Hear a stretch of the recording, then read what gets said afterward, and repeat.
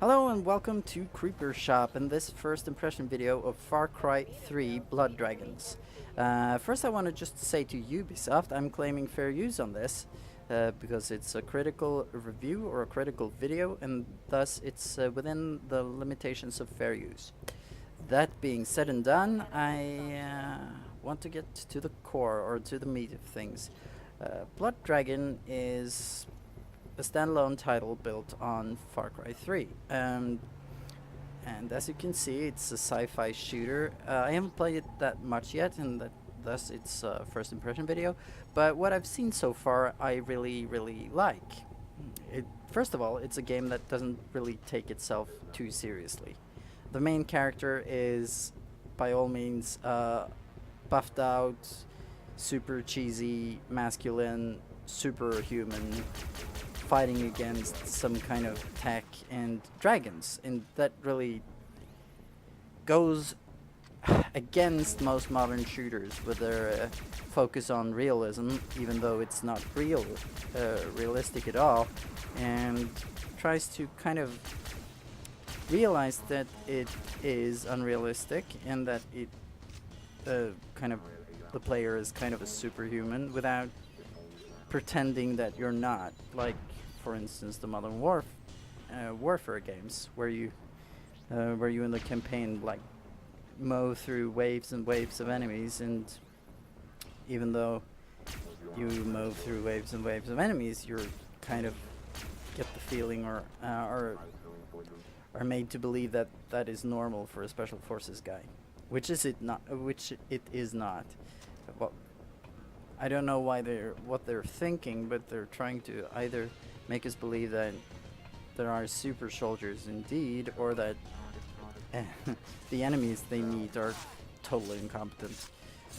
So I kind of like a game that really gives the middle finger to that and tries to not take itself too seriously, and kind of realizes that the main character is by no means a realistic character. And I also like the fact that they kind of take what's best from the 80s, all of the cool movies, the movie heroes like Rambo and stuff. It's quite obvious that they've gotten a couple of ideas from that era of time and B movies and stuff like that, and I kind of like that.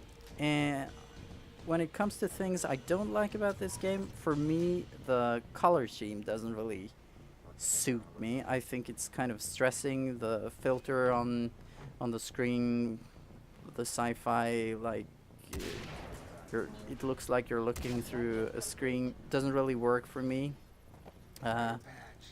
Also, I think the weaponry, I'm not that much fan of lasers and stuff, but so far I can look past that. The Far Cry engine is such a cool engine, and trying something different is always a good idea. Even though this is kind of back to FPS gaming's roots, as you can see, you can walk really fast, you can sprint really fast, you can jump really high. All of those things is stuff I've missed for many years, and I thought that maybe Duke Nukem Forever would bring them back, but apparently they did not. So I'm welcoming this game very much. I'm also going to do a review on Serious Sam, which is kind of a game in the same genre, trying to do a couple of the same things. It's still different, but it's worth taking a look. The other thing I also want to point out is the humor in this game. You'll instantly recognize the humor. It starts from the beginning of the game. It apparently doesn't take itself seriously. It relates to you as a gamer, and I highly enjoy it. It's the kind of crude, boyish humor that, well, for me at least, it hits me right. Hits home run the moment it starts. The cheesy comments, the way they handle the tutorials, it's amazing and hilarious, and I love the way they've used this in a game. I've missed it so much, and especially since it's a Far Cry game, a lot of the stuff that didn't work in the last game was, or in the Far Cry 3 main game, or the first game that came out for the Far Cry 3 title, is that it kind of felt too serious. It took its story too serious, and the character development was a bit off. You went from a wimp or a unexperienced little frat boy into a killing machine in way too fast, and this kind of throws those problems away and just kicks in. And as you can see, the cutscenes are made in an 80s style cartoonish superhero theme, and I really like that too.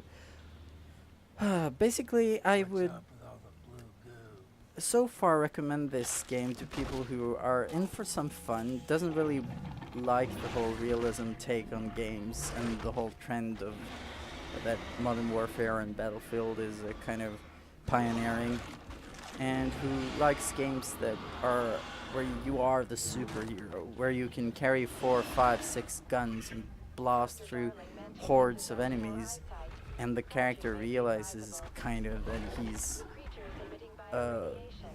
better than everyone else and doesn't really hide it, and the game doesn't try to pretend that that's normal. You're cast as a main character who is a superhero or a super soldier or a person that really kicks ass.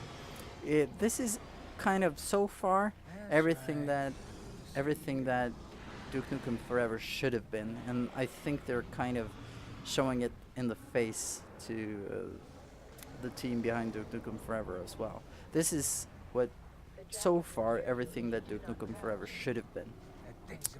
That being said, I hope you enjoy this video, and please let me know if you want me to make more reviews. Hit like, subscribe, and even dislike, and favorite the video if you liked it, and leave comments. I will try to answer all the comments I get on my videos. If you have any other points to make out about the game, include them as well, and I'll see you next time.